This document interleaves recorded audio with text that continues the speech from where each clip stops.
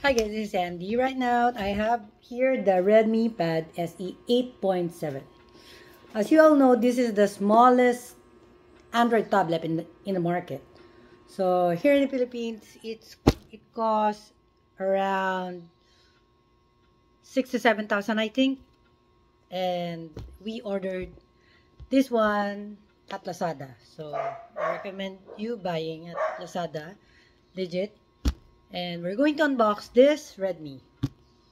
So as you all know, um, I am not a fan of but Xiaomi or Redmi is the endorser is the SB19 and my mother supports SB19. Ooh. So this one is the 6 I think it's 6 gig 128 gig storage. 4 gig. Meron silang 4 gig, 64 gig of RAM, and meron silang 6 gig na 128. Parang ganon. I don't know. So, this one is the 8.7. And yung battery niya is 6650 mAh. So, this was launched in 2024 of July. And yun nga. Na-release siya ng August 8. And yun. Open na natin. So, habang ino-open ko, maano nyo, sabay, ano to yung mga magkaka-competition na to, yung magaganda is this one nga, the Redmi, the Huawei. Open ko na. Ano, pambukas. Para ano, maganda yung pagkakabukas. Pwede balik. Pwede ko siyang ibalik ulit. Hello! Always believe that something wonderful is about to happen. Sana, Lord. I believe. Yeah, I believe. By Xiaomi. So, labas na natin. Siyempre, una natin makikita. Ito kasi yung tablet mismo. Ang cute, ang liit niya. So, this one, saan ka na ba muna? Nakaano siya, safe na safe siya. Ito yung ginagamit sa bag, diba? So, saan? Ito. Sa ibabaw. Sa ilalim.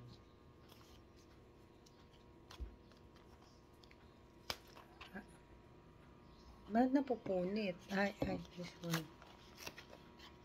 Tanga ko. Sorry. Sorry naman. Kasi yun yung parang may hinihila, diba? Oh. So, guys, this one is the 8.7 iCore display. 90Hz yung smooth rate niya, refresh rate. 660 nga yung battery. Powerful octa-core processor. So, pwede nyo na rin pang casual gaming.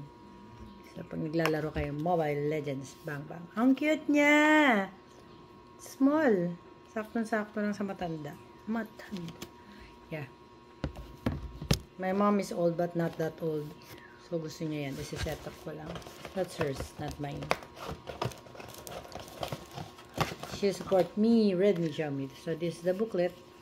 Manual. And dito, yung cord. Ang cord niya is Type-C. Yeah. So, kailangan may connector pa. Since it's global. It's important. So, yeah. Walang kasamang jelly case. Wala. Pero it has panundot. So, it has SIM. Is this SIM? Yeah, meron. It has this panundot. So, what do you think, guys? So, my mom can use it as a mobile phone. She's using Samsung Galaxy Flip 6, yeah, I think. I remember it's Flip 6. So, Is it? It is this SIM card or ano? Expandable storage. Ito. Basahin ko na yung manual just in case. So, global brand to. And, return on na natin. Guys, yung volume rocker niya nandito sa left side. And then, yung power button niya, nasa left din.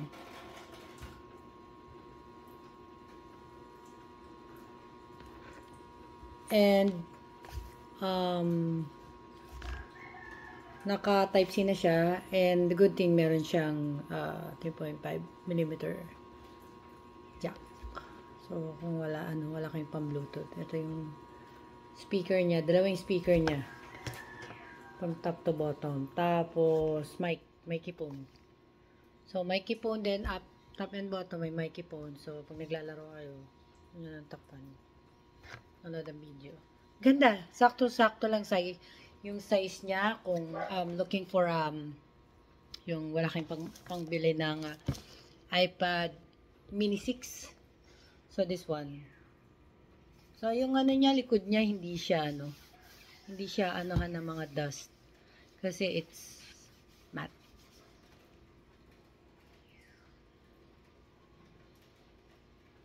What's that? Matte siya. So, yun.